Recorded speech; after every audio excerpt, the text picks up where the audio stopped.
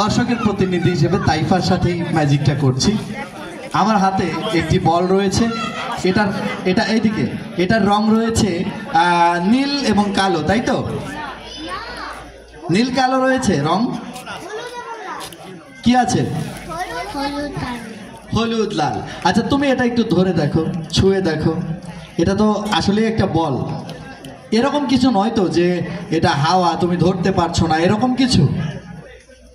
হ্যাঁ ধরতে পারছো, এটা তুমি ধরো, ধরেছো, অর্থাৎ এটা একটা বল, তাই তো? আচ্ছা এবার দেখো আমার এই হাতে একটি পাত্র রয়েছে, এটা একেবারেই ফাঁকা, কোনো কিছু নেই।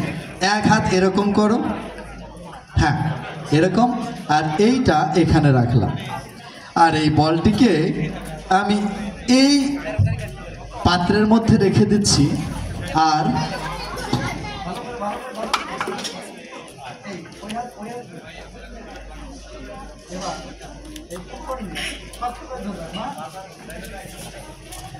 এভাবে ধরে রাখো, খুলো না। আর এই যে বাক্সটি রয়েছে ফাঁকা, আমি এটা একটু ঢাকা দিয়ে দিচ্ছি।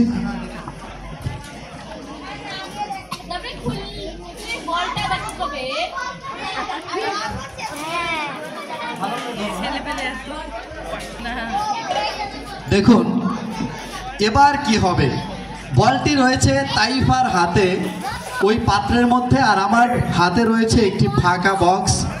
এখন ম্যাজিকটা হলো, আমি যখন 1 2 3 বলবো, তুমি তখন এই বক্সের দিকে ওইটা এভাবে ঠেলে দেবে।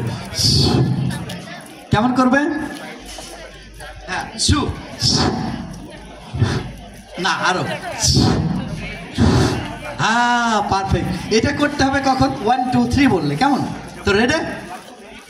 1 2 3 বলার সাথে সাথে দিতে হবে, হ্যাঁ 3 বললে আর দেরি করা যাবে না। 1 2 3 বলবো যখন, আরে দিতে হবে তো এটা, হ্যাঁ ওরকম, এটা আগাই দিবা, হ্যাঁ এরকম আর কি। তাহলে কখন? 1 2 3 বললে। রেডি? 1 2 3। হ্যাঁ হয়েছে, অবশ্যই একটু লেট হয়েছে, বাট হয়েছে। এখন কে কে বিশ্বাস করেন বলটা এখানে চলে এসেছে? অবিশ্বাসের কিছুই নাই,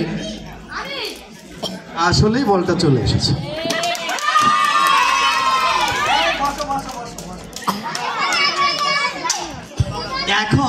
এখন অনেকের প্রশ্ন থাকতে পারে, তাহলে এর ভেতরে কি আছে?